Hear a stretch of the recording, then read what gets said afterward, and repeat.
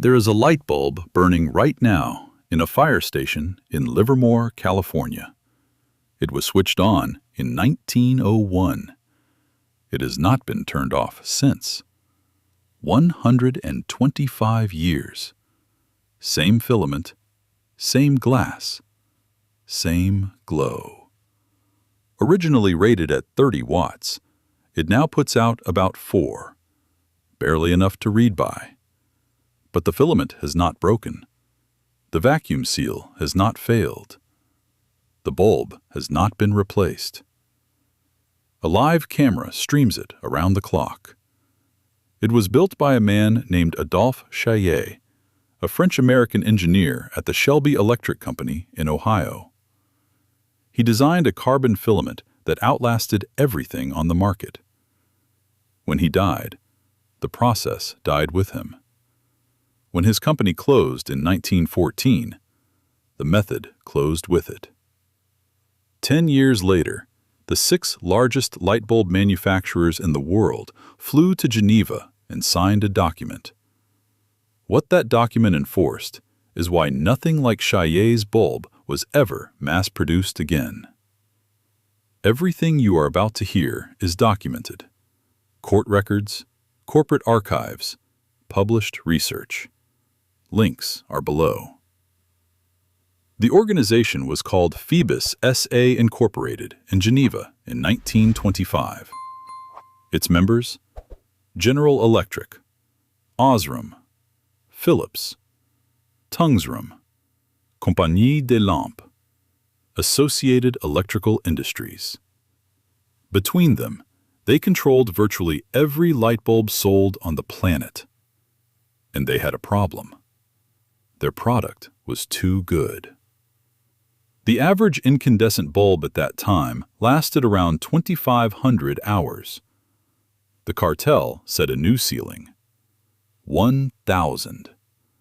Not a recommendation, a hard limit. If your bulbs lasted longer, you paid a fine. Not to a government, to the other manufacturers. Think about that for a moment. A group of corporations built a system where the penalty for excellence was financial. The punishment for engineering a better product was a bill from your competitors. They built a testing laboratory in Switzerland, and every morning people came to work there with one job: make sure nothing lasted longer than it was supposed to. They had colleagues. They had salaries. They filled out reports. If an engineer somewhere in Germany or the Netherlands had built a filament that was a little too strong, a little too resilient, a little too good at its job, these people wrote up the penalty. The better the engineering, the higher the cost. Each company was required to submit samples for inspection. The bulbs were tested to destruction. If the average lifespan exceeded 1,000 hours, the manufacturer paid a fine in Swiss francs. The 1929 fine table has been preserved. The more the bulbs exceeded the limit, the higher the fine. In 1949, a United States District Court found General Electric guilty of violating the Sherman Anti-Trust Act, citing Phoebus as evidence of monopolistic control over product lifespan. This is not a theory. It is a court ruling. Everyone tells this as a story about greed. But that version is too comfortable. It gives you a villain. The real story gives you a system. And systems are harder to fight because they do not look like enemies. They look like the way things work. Yes, longer-lived bulbs produce slightly less light per watt. The 1951 UK Monopolies Commission called 1,000 hours a reasonable compromise. But a reasonable compromise does not need a fine table. The cartel did not trust the market to choose the right lifespan. They enforced it. And then they built the infrastructure to make sure no one could choose differently. And one document makes that defense impossible to maintain. It is a private letter, written by the man who ran Phillips, one of the cartel's founding members. Anton Phillips wrote in internal correspondence, "After the very strenuous efforts we made to emerge from a period of long-life lamps, it is of the greatest importance that we do not sink back into the same mire by paying no attention to voltages and supplying lamps that will have a very prolonged life." He called durability a mire, something to escape from, something the company had to fight its way out of. The head of one of the world's largest lighting companies described a good product as a problem that had been solved, not by the market, not by consumers, by the people who sold it. And the internal data confirms the direction. Before the agreement, Osram's own engineering reports documented bulbs lasting 2,500 hours at acceptable brightness. After the agreement, the same engineering division was given a new assignment: redesign filaments to fail sooner. Not because the old ones were defective, not because customers complained, because the old ones lasted too long. They did not stop innovating. They reversed the direction of innovation. Engineers who had spent years learning how to make filaments stronger were now tasked with making them weaker, in precise, controlled, measurable ways. They had to hit the target lifespan without making the reduction obvious. The bulb had to feel normal. It just could not last. The goal was no longer to make a better product. It was to make a precisely worse one, and to make it indistinguishable from progress. And this is what makes Chaillet's bulb so difficult to explain away. If 1,000 hours was truly the natural limit of incandescent technology, if physics required it, then a bulb burning for over a century should not exist. But it does. His method was proprietary. He never published it.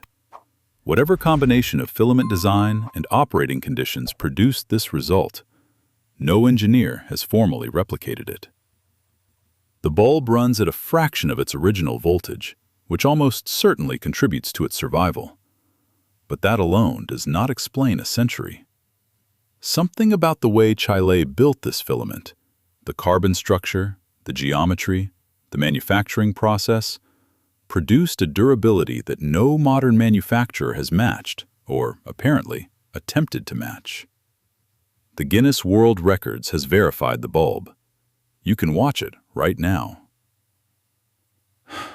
As of today, no peer-reviewed study of this bulb's filament has been published. It hangs in a public building. It has been there for over a century. And no one has formally explained why it still works. And no one seems to be asking. The cartel did not erase Chaillet. They did not need to. Shelby Electric was already gone by 1925. But the cartel built a world where something like his bulb could never be rewarded. Where durability was not an achievement, it was a liability. Where the question was never, how do we make this last? But how do we make sure it doesn't? The bulb survived. The conditions that created it did not. But the most disturbing part of this story is not what the cartel did. It is what happened after it disappeared. The cartel was officially dissolved during World War II. The fine table disappeared. The Swiss laboratory closed. Phoebus S.A. ceased to exist. But the standard did not. 1950, 1,000 hours. 1960, 1,000 hours. 1970, 1,000 hours. 1985, 1,000 hours. Nobody enforced it. Nobody needed to. The industry had internalized it. A number that 6 companies chose in a Geneva office became the number the entire world accepted as natural. No law mandated it. No regulation required it. It was simply the way light bulbs worked. A private agreement, signed behind closed doors, had become a universal fact of household life. This is the part that should disturb you most. Not the greed, not the fines, not the internal letters. The part where the enforcement disappeared and the behavior remained. The most effective form of control is not the one that forces compliance. It is the one that makes compliance feel like the way things have always been. Think about who paid for this. Not corporations, not governments. Families. People who bought light bulbs one at a time at the hardware store and replaced them when they burned out. Every few months, same aisle, same shelf, same purchase. For 60 years. They had no way of knowing the bulb was designed with a ceiling on its lifespan. No access to the internal reports that showed it once lasted longer. No reason to suspect that the number printed on the box had been set not by engineers optimizing for quality, but by executives optimizing for revenue. They just knew it stopped working. The cartel knew it stopped working on schedule. No one told these families the difference. Not the manufacturers, not the retailers, not the engineering journals, not the government reports. No one. Because by then, the decision had become the standard, and the standard had become invisible. For 60 years, ordinary people paid for a lifespan they never consented to. A lifespan that was not the longest their light bulb could have lasted, just the longest it was allowed to. And no one ever told them the difference. Not once. Not in 60 years. This would be a story about the past, if the pattern had stopped. In 1932, Bernard London coined the phrase planned obsolescence.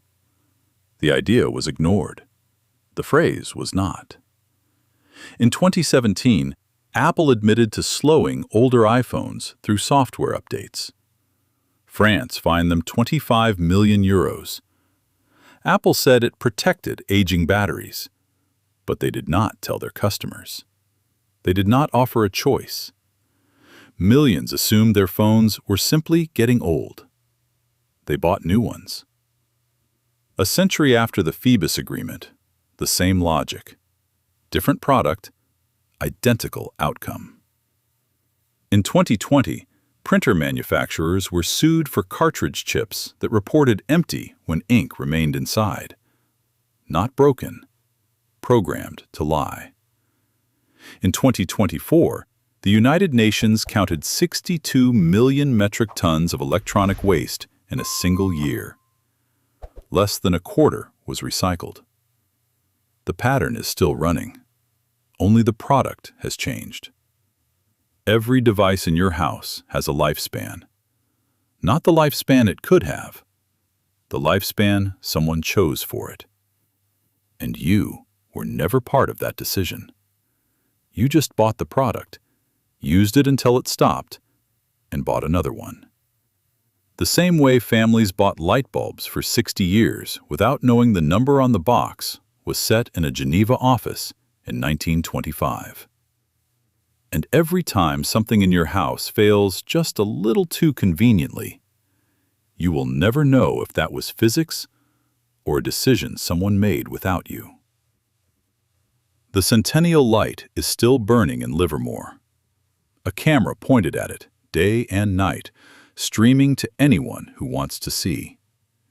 It never turns off. Someone decided it was important to prove this bulb is real.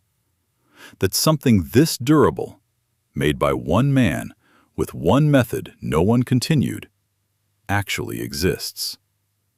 That it was not erased. 20 years of footage. The same filament. The same glow. In a world where almost nothing else from that era still works, this does. And it was not designed to last forever. It was simply designed without a limit. Phoebus S.A. does not exist. The Shelby Electric Company does not exist. Adolphe Chaillet is gone, and the method he used went with him. But the bulb is still on. 4 watts, an amber glow. Someone made something so well that it outlasted every institution that tried to ensure nothing like it would exist again. The question is not whether that was possible. We know it was. We can watch it right now. The question is what else was.